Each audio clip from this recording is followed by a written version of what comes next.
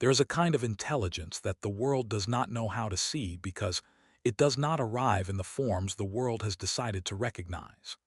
It does not come in the language of books or the vocabulary of institutions or the particular cadence of a man who has been educated in rooms with walls and windows, and the expectation that what he learns will be used in ways that benefit those who taught him. It comes in other forms, in the knowledge of how water moves and where it goes,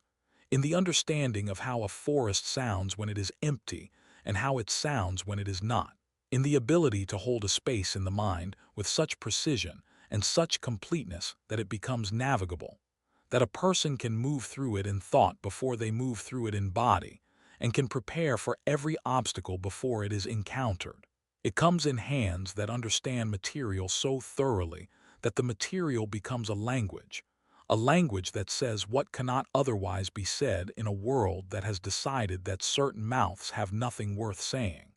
His name was Elias, just Elias, the last name that had been placed on him at birth, which was not the name his mother had whispered over him in the first hours of his life, but the name of the man who owned the plantation on which he was born, had been applied, and then largely ignored in the way that names applied to enslaved people were frequently ignored in favor of whatever the people around them found easier to say. He was called Elias by everyone at Beaumont Plantation, and had been called Elias since he was old enough to turn his head when he heard a sound, and he had kept that name, and made it his own in the same way he made everything he was given his own, by finding in it something the giver had not put there, and building from that something. He was born in the year 1771, on the Beaumont Plantation in the low country of South Carolina,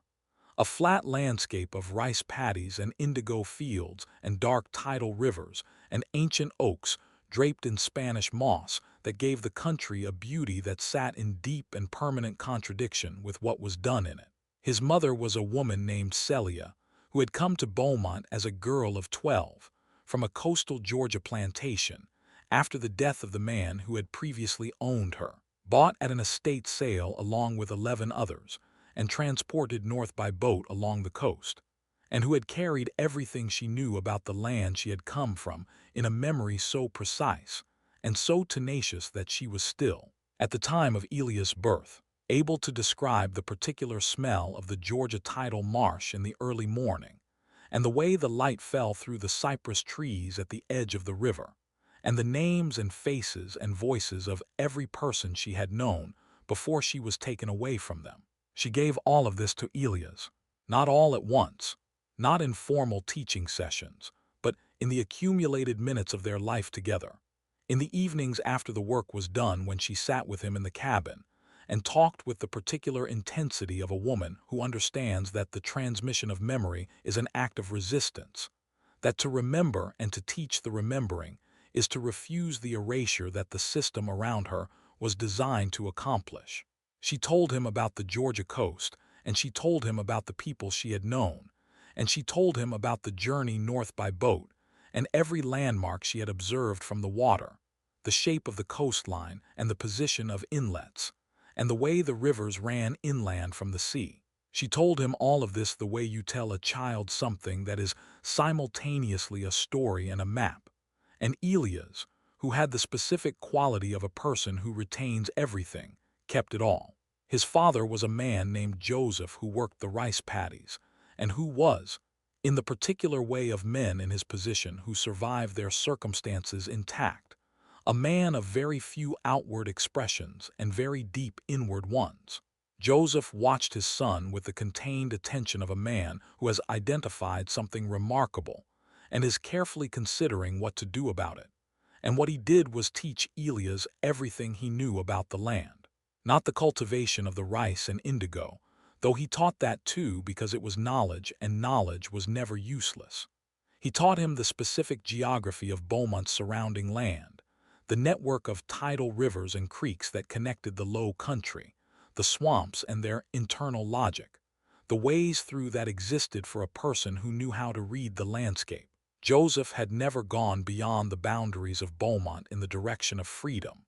but he had spent 30 years learning every inch of the land within and immediately beyond those boundaries, with the specific attention of a man who has not given up the idea of one day needing to know it. Elias was given this knowledge before he was 10 years old, and he held it with the same tenacity with which he held his mother's memories of the Georgia coast. The third thing he was given came not from his parents but from the plantation itself, from the specific work that Beaumont required of the people it held. Beaumont was a working plantation of considerable size, and like all such operations, it required a constant supply of utilitarian wooden objects, bowls and spoons and handles and frames, and the 100 other wooden things that the daily life of a large household and its associated workforce consumed in enormous quantities. The man who had occupied the position of plantation woodworker before Elias was an old man named Silas, who had been making these objects for 40 years and who, as he aged and his hands began to lose some of their precision, identified in the boy Elias a capability that he decided to develop, not because anyone had asked him to, but because Silas was a man who believed that skill was something that deserved to be passed on, and that the passing on of it was itself a kind of statement about the value of the person who received it. Silas began teaching Elias to carve when Elias was 8 years old. He began with the fundamentals, the correct holding of a knife, the direction of the grain, the way wood responds to different pressures and different angles, the relationship between the living tree and the cut timber, and the finished object that required an understanding of all three stages to get right. He was patient in the way of a man who has learned patience from decades of making things by hand, who understands that skill is not acquired quickly, and that acquired quickly it is not worth having. And Elias received the teaching with the same focused attention he gave to everything, absorbing it completely and building from it further than Silas had taken it. By the time Elias was 14, he had exceeded his teacher in technical precision, though he was careful not to let this be obvious, because he had already developed the understanding, instilled by his parents and confirmed by his own observation, that a person in his position who displayed capability too openly was a person who attracted the wrong kind of attention. He made his objects well, sufficiently well to be useful and to maintain his position in the workshop, but not so conspicuously well that the quality became a subject of conversation beyond the immediate circle of people who received the objects and used them. What he did in the hours after his required work was finished, in the dim light of the cabin with the tallow candle burning low, was something different. He had been thinking about the knowledge his parents had given him, the coastal geography his mother carried from Georgia, and the low country landscape his father had mapped with 30 years of careful observation. And he had been thinking about the problem that this knowledge presented, which was the problem of transmission. A person who knew the routes could walk them, but a person who knew the routes would not always be the person who needed to walk them, and the transmission of spatial knowledge from one person to another through speech alone was imprecise in the way that all things transmitted through speech alone are imprecise, subject to the distortions of memory and the gaps that occur when the teller does not know what the listener does not know. He needed a way to give the knowledge a form that could be carried and consulted and read by someone who had not been told it in words. He could not write. Writing was prohibited by law and by the specific practices of Beaumont plantation, where the discovery of literacy in an enslaved person was treated as a serious threat, and addressed with the seriousness that serious threats received in that time and place. He understood this restriction, and he understood that circumventing it directly was a risk he was not willing to take, not because of what it would cost him personally, but because of what it would cost the project he was beginning to conceive, which required him to remain in his workshop with his tools and his access to wood, and his position of sufficient invisibility to work without constant supervision. He needed a different language, and he had one. He had the language of the hands, the language Silas had taught him, the language of surfaces and forms and the relationship between marks and what the marks meant to the person who knew how to read them. He could not write in letters, but he could carve in symbols, and he could make those symbols mean what he needed them to mean. and he could make them in objects that were ordinary enough to be present everywhere without drawing attention, and complex enough to carry the information he needed them to carry. He spent 6 months developing his system before he cut the first permanent symbol into anything. 6 months of planning, of testing in his mind the relationship between the marks he would make and the information those marks would need to convey, of working out how to represent a river and a road and a distance, and a direction in a visual language that had no existing grammar, and that he was inventing from the fundamental logic of what symbols are for. He worked this out in the dirt floor of the cabin at night with a stick, making marks and erasing them, building and revising the system with the systematic patience of a man engaged in a problem that deserves his full attention. The system he arrived at was this.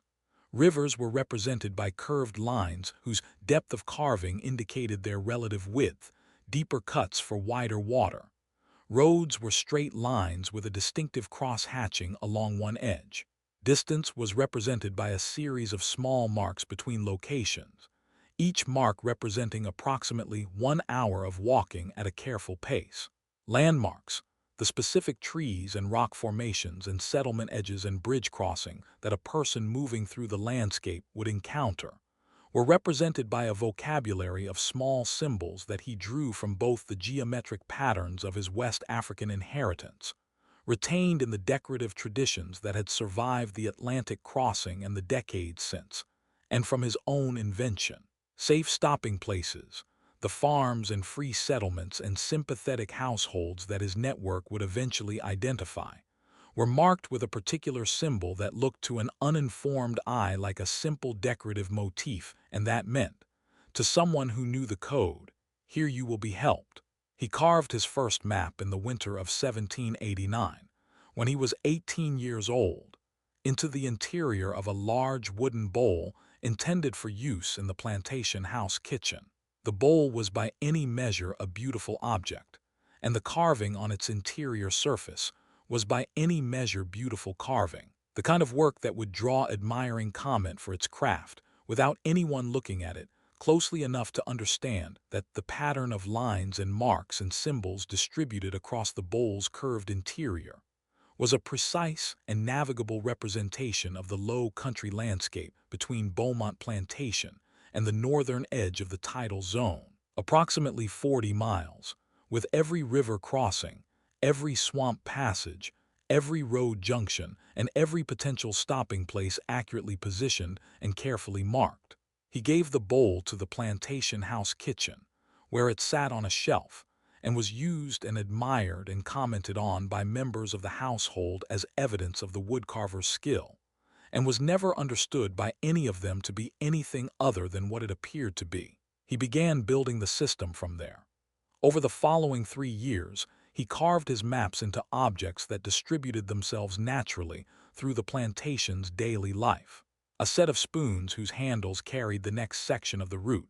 the 40 miles north of where the bowl ended, in the same coded system of marks and symbols. A walking stick with a handle whose carved grip contained, in the arrangement of its decorative pattern, the specific navigational information for the most dangerous section of the journey, the crossing of the Edisto River at a point where the water was shallow enough to ford, but where the road on the far bank was watched, and the alternative, a longer path through the swamp to the north that added 6 hours, but avoided the watched road entirely. A flat carved panel that hung on the wall of the men's sleeping cabin as decoration, and that contained, across its entire surface, the complete connected map of the route from Beaumont's southern boundary to the edge of free territory in the north, a distance of over 200 miles represented in symbols so fine and so precisely placed that the full extent of the information it contained was visible only to a person who knew to look for it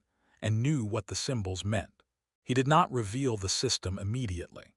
He spent 3 years building it before he told anyone what it was, 3 years of laying the groundwork with the patience of a man who understands that the most important part of building something is the part that happens before anyone can see it. He needed to be certain the system worked, that it was accurate, that a person who understood the code could navigate by it without having walked the route beforehand. He tested this the only way he could test it,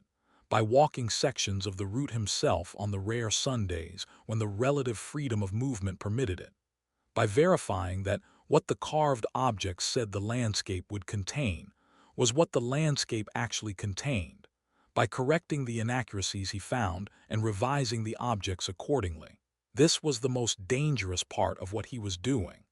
A man who walked beyond the plantation's immediate boundaries without permission was a man who invited exactly the kind of scrutiny that his project could not survive. He managed it by building a reputation, carefully and over time, as a man who walked the woods on Sundays for the specific purpose of finding the particular woods he used for his carving,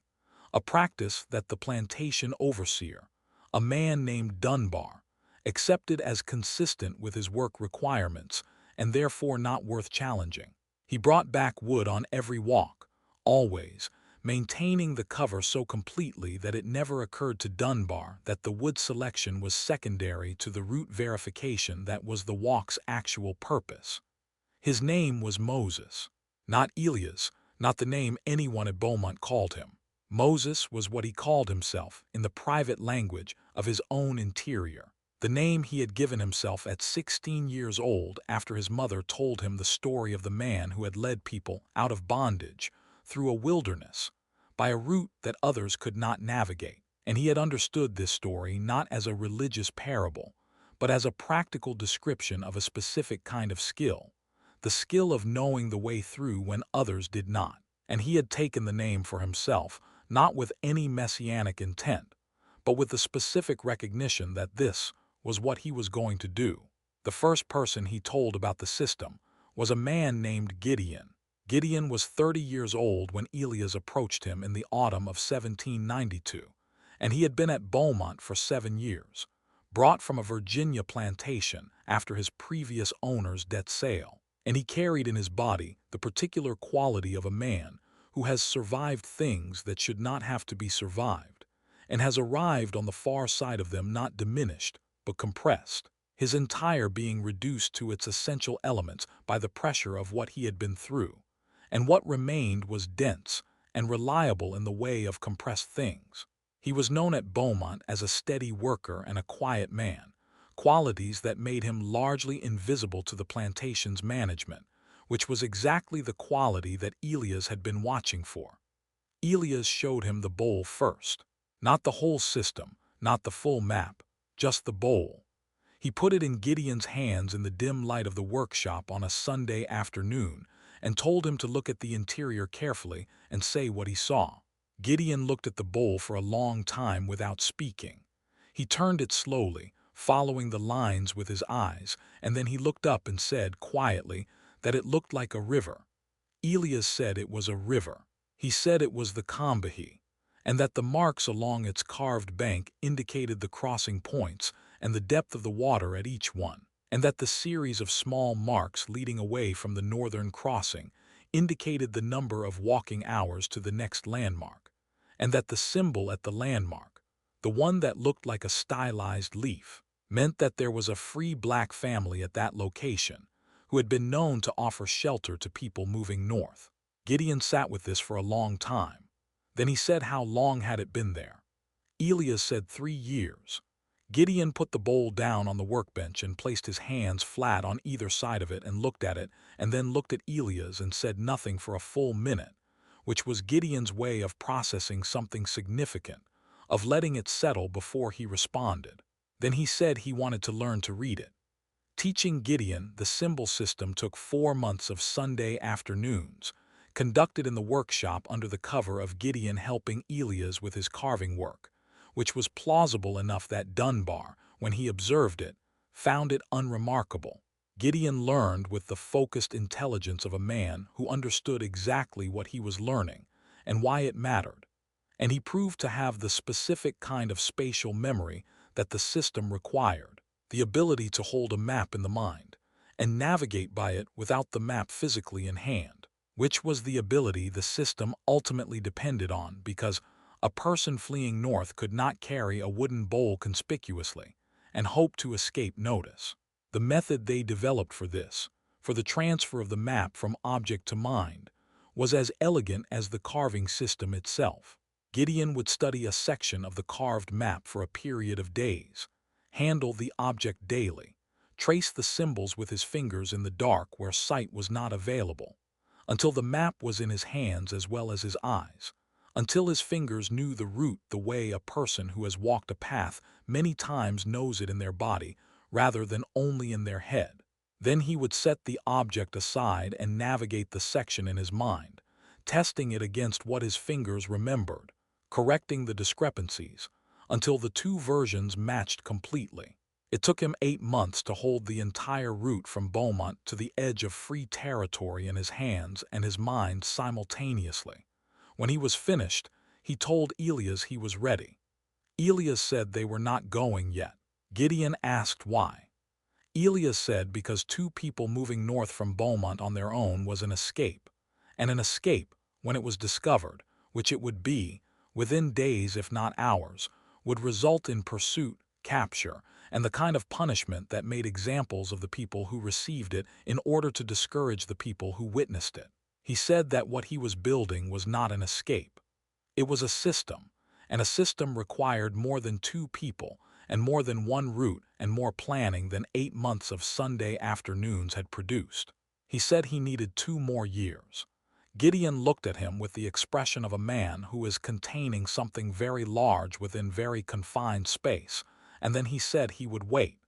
In those 2 years, Elias extended the route. The original map, the 200 miles from Beaumont to the edge of free territory that he had encoded in the bowl, and the spoons and the walking stick and the flat carved panel, was the primary route, the one that moved north along the most direct navigable path. But a primary route was vulnerable in the way that any single path is vulnerable,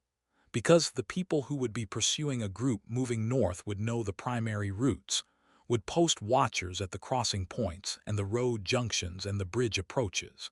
and a group that encountered a watched crossing in the dark in the middle of a flight for their lives did not have the resources to improvise effectively. He needed alternatives, secondary routes, and a tertiary route for the most extreme circumstances, paths that moved north through terrain so difficult that they would not be watched because the watchers would not believe anyone would use them,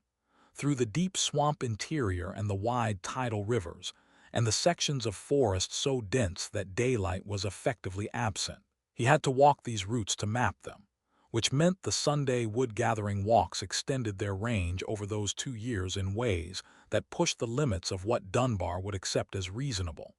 And Elias managed this by bringing back increasingly specific and valuable wood from increasingly distant locations, maintaining the economic justification for his presence at distance. He carved the alternative routes into new objects, a set of measuring tools used in the workshop for the dimensioning of timber, whose calibrated markings contained, encoded in their graduations, the specific distances and bearings of the secondary route. A lampstand whose turned column carried the tertiary route in a series of carved bands that looked to any eye as decorative turning, and that contained, in the spacing and the depth and the arrangement of the bands, the complete navigational information for a path through the swamp interior that no one who was not desperate would choose, and that, because it was so difficult, was never watched. He also built the human network. The carved objects were the language of the system. The people were its body.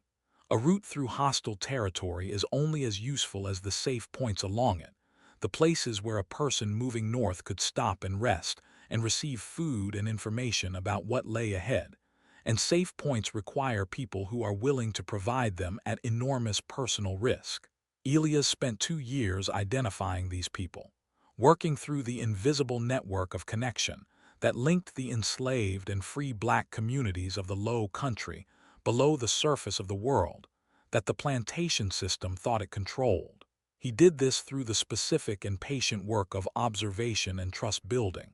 identifying the people who had what he needed, the willingness and the position and the knowledge, and building toward them carefully through intermediaries, never asking directly until the path of trust was solid enough to support the asking. He found a free black ferryman on the Edisto River named Absalom, who ran his ferry by day for the plantation traffic,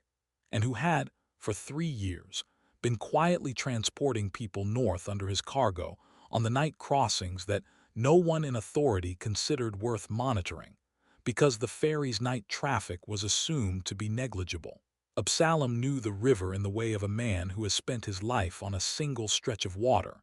knew every current and every sandbar, and every spot where the water could be crossed on foot when the season was right.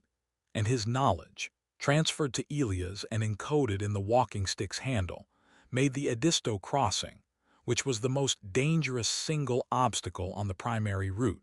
navigable at multiple points in multiple seasons. He found a woman named Dinah who kept a small farm 6 miles north of the Edisto crossing on the primary route,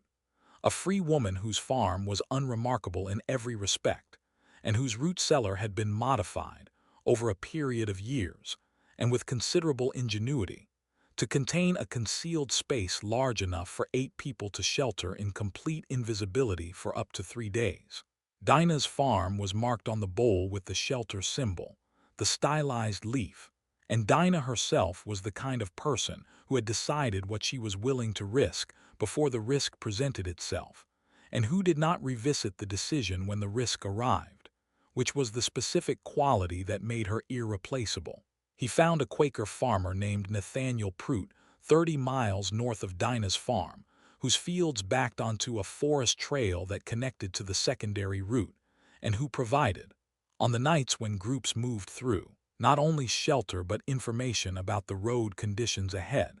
about the locations of patrols and the movements of slave catchers, information that in the final miles before free territory was the most valuable thing a person moving north could possess. He found a free black preacher named Reverend Thomas Acaffer, who operated a small church in a free settlement 40 miles south of the Pennsylvania border,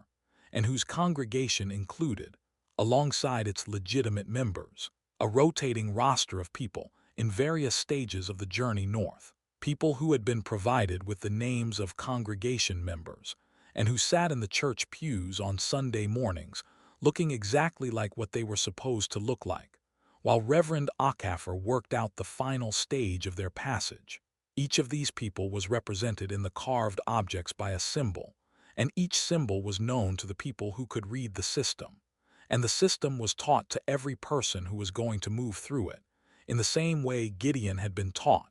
through the handling of the objects and the memorization of the roots, until the roots lived in the hands and the mind, and did not require the objects to be navigated. It was in the autumn of 1795 that the first group moved. There were 6 of them. Gideon was among them, having waited 3 years from the day he told Elias he was ready, having waited with the specific iron patience of a man who understood exactly what the waiting was for, and had decided that the waiting was worth it. The others were people Elias had selected through months of careful observation, people whose circumstances, whose physical condition, whose specific knowledge and capabilities made them the right composition for the first group. He had not chosen the most desperate, though there was no shortage of desperation at Beaumont. He had chosen the most capable, the people most likely to complete the route successfully, because a failed first attempt would close the route behind it and end everything he had built. They left on a Thursday night in October, 2 hours past midnight, when the moon was in its last quarter, and Dunbar had been observed the previous 2 evenings in the pattern that indicated he had been drinking and would not be at his sharpest in the early morning hours. They took nothing that would be missed before the morning. Elias had prepared each of them in the weeks before with the specific information they would need,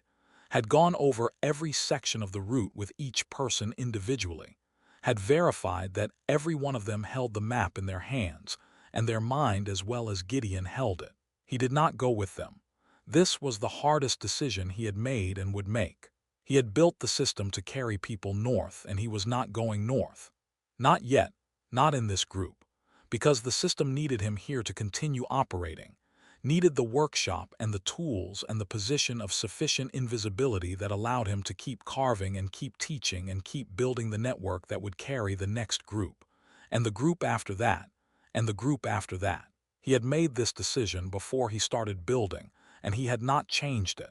And it did not become easier for being a decision he had made deliberately. He stood in the dark behind the tobacco barn and watched 6 people he had spent years preparing walk into the forest at the southern edge of the plantation property and disappear into the dark. And he stood there until the dark had completely absorbed them. And then he went back to his cabin and lay on his bed and stared at the ceiling and felt the full weight of what he had done, and what he had not done, and what he still had to do. He heard nothing for 3 weeks.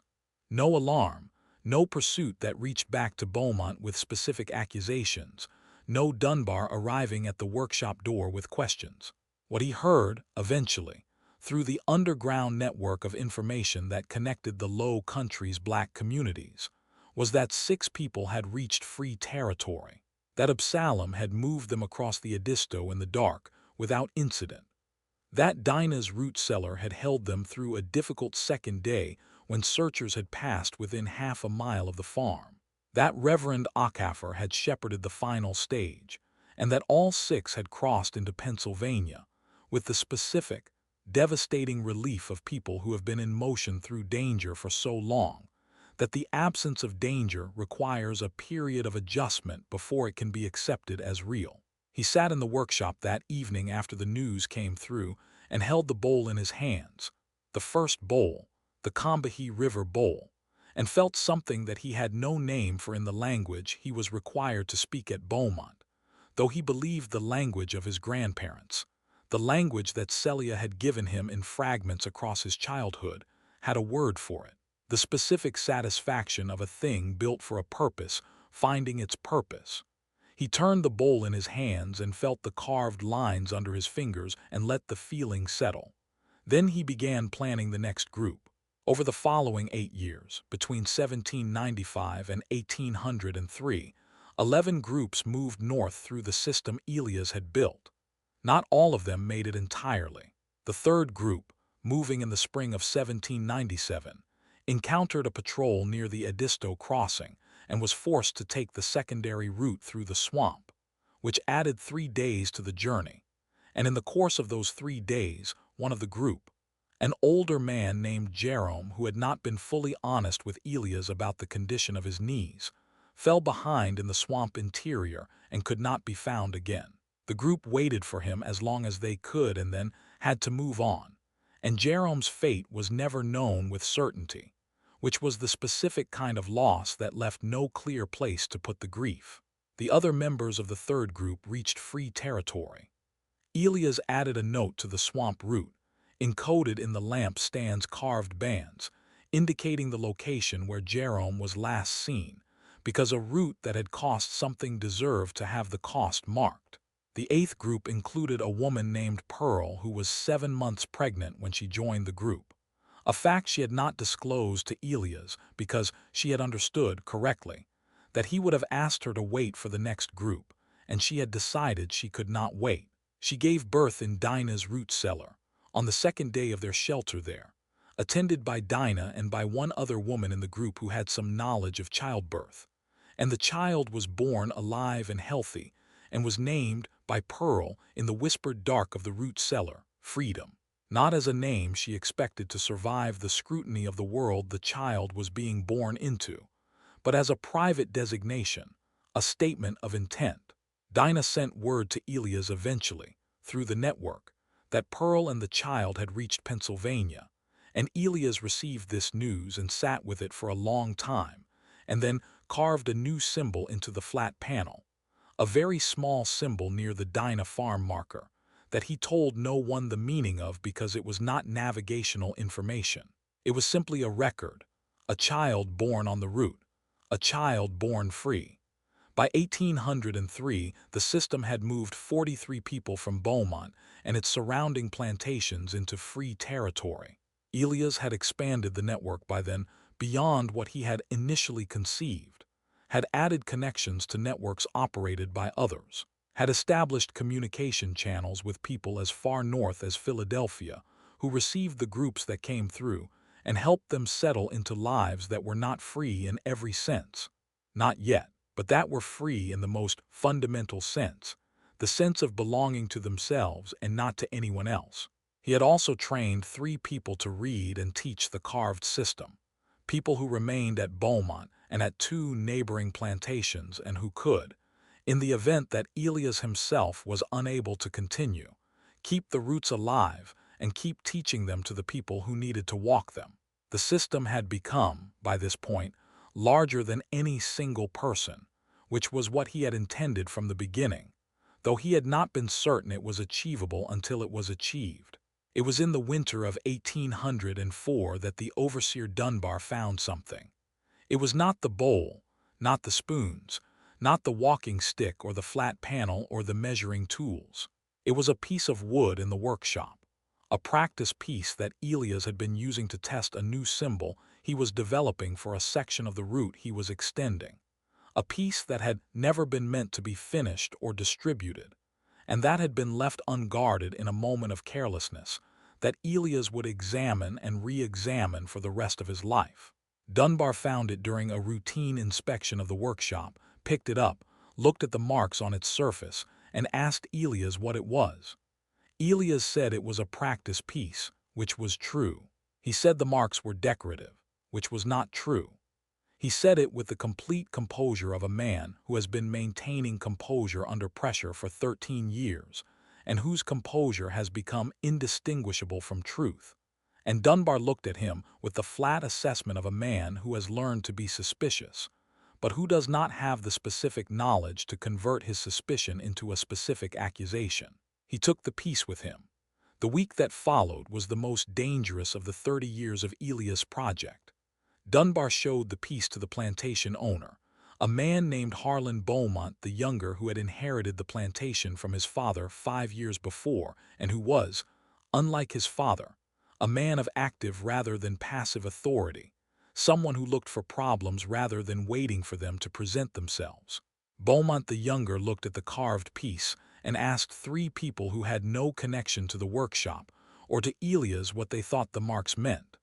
All 3 said they looked decorative. One of them said they reminded him of the patterns on some of the household objects, which was a more accurate observation than the person making it understood.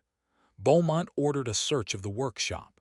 Elias had moved everything, not in the night after Dunbar took the practice piece, which would have been too obvious, but in the week before, during the period when he had understood that the practice piece was a vulnerability and had been planning to address it. The bowl, the spoons, the walking stick, the flat panel, the measuring tools, the lampstand, all of the objects that carried the roots were dispersed before the search happened, moved through the ordinary channels of the plantation's daily life to locations where they were simply objects being used for their intended purposes, present in plain sight and unremarkable. The search found nothing. Beaumont the Younger was not satisfied by this, but he was also not in possession of anything specific, and the specific was required before an action could be taken against a man who had been working at Beaumont for 33 years without incident, and whose work was essential to the plantation's functioning. He increased the scrutiny of Elias' movements and reduced the freedom of the Sunday walks, which ended the route verification work, but did not end anything more critical, because the roots were by that point sufficiently established and sufficiently carried in the minds of the people who knew them that physical verification was no longer required for their accuracy. Elias worked in the compressed space of increased supervision for 2 years, making objects whose surfaces were clean of anything that could be misread,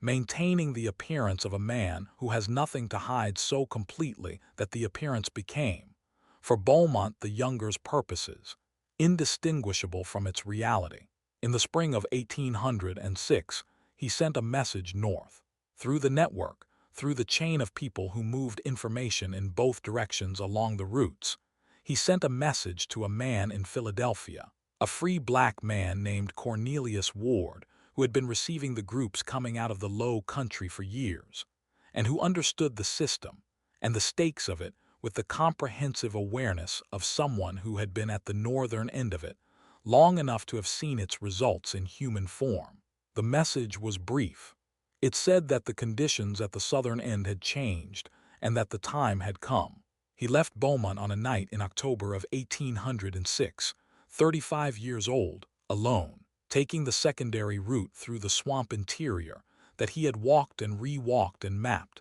and encoded in the lampstand's carved bands, the route he had designated for the most extreme circumstances, and that he now used for his own passage with the specific, bitter efficiency of a man who has sent 43 people north on easier paths, and is finally walking the hardest one himself. He carried nothing except the coat on his back, and the complete map of every route he had ever built held in his hands, and his mind with a precision that 30 years of daily maintenance had made as reliable as the geography itself. He did not carry any of the carved objects. They remained at Beaumont, distributed through the plantation's daily life, present and unreadable to the people who handled them, and readable to the 3 people he had trained, who would keep the roots alive after he was gone. He reached Absalom's ferry on the 2nd night and crossed the Edisto in the dark, and reached Dinah's farm on the 3rd morning, and rested in the root cellar through the day, and moved north again at nightfall. He passed through Nathaniel Prout's farm on the 6th night, and sat in Prout's kitchen for an hour drinking water and eating bread, and receiving the information Prout had about the road conditions ahead, and then he moved on. He reached Reverend Ockhaffer's church on the 12th day, and sat in the pews with the Sunday congregation, and listened to Ockhaffer preach about the road through the wilderness, and understood that the sermon was for him specifically, that Ockhaffer knew who was in the pews, and was saying what he could say in the only language available to him in that space, which was the language of Scripture, wrapped around a very specific and very practical message about the final passage north. He crossed into Pennsylvania on a cold, clear morning in early November of 1806, and he stood on the northern bank of the creek that marked the border and felt the specific quality of a man arriving at a place he has been moving toward his entire adult life, and finding that the place is real, that the ground under his feet is solid, and the sky above is the same sky, and the cold is the same cold, and the world has not transformed itself into something unrecognizable, and that this is not a disappointment but the most important thing, because what has changed is not the world but his position within it, and the change in position, from the own to the self-possessed, is not something visible in the landscape, but something located entirely within a person, and therefore impossible to take. He went to Philadelphia. He found Cornelius Ward, who received him with the particular warmth of a man meeting in person someone he has known for years through the intermediary of a network that has never fully conveyed the scale of what the person has done. Ward asked him, that first evening in the small house near the waterfront, what he intended to do now. Elias sat with this question for a long time and then said that he intended to teach. He spent the next 16 years in Philadelphia, in the free black community that had been building itself there since before the Revolution, working as a craftsman and as a teacher, specifically of the kind of navigation that did not rely on written maps, the method of encoding spatial information in object and memory in hand, the method he had developed in the dim light of a South Carolina workshop, and that had moved 43 people north before he himself had followed. He taught it to everyone who would learn it, not only for the specific purpose of escape, but for the broader purpose of demonstrating that the knowledge was possible, that the intelligence required to build and operate a system of that complexity had existed and did exist in the people that the system around them had decided were not intelligent, and that the decision was wrong, had always been wrong, was demonstrably and specifically and precisely wrong in ways that 30 years of carved wooden bowls and spoons and walking sticks and lampstands could prove to anyone willing to look. He died in 1822 at the age of 51, in the city of Philadelphia, free. He was surrounded by the people he had taught and the people they had taught,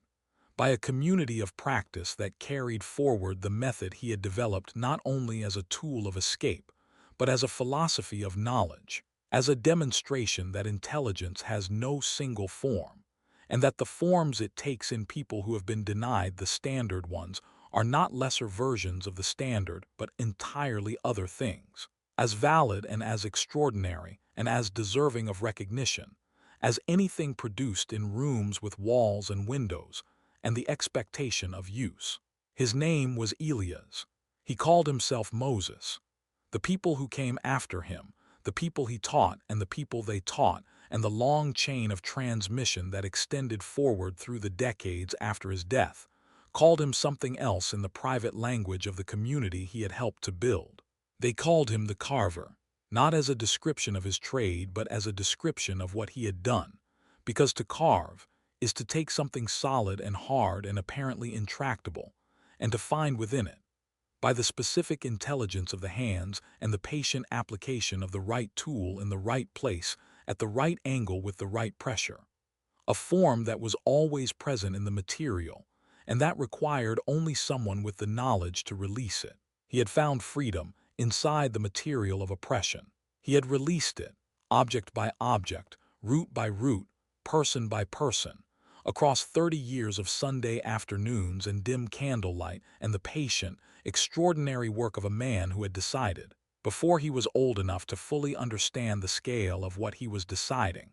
that the most important thing he could do with the intelligence he had been given was to use it in the service of the people around him, regardless of the cost, regardless of the time it required, regardless of the fact that the people he was serving might never know his name. They know it now. It is Elias. He called himself Moses. The people who came after him called him the Carver. He was all three, and he was also something that none of these names entirely contains, something that sits in the space between the names and that requires not a word but an object to express.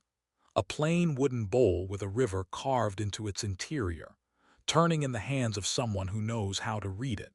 its surface warm from being held, its meaning unchanged across 200 years of the world changing around it. That is what he left behind. That is what endures. Not the bowl, which is gone, somewhere in the long dissolution of things that were not understood to be significant when they were lost,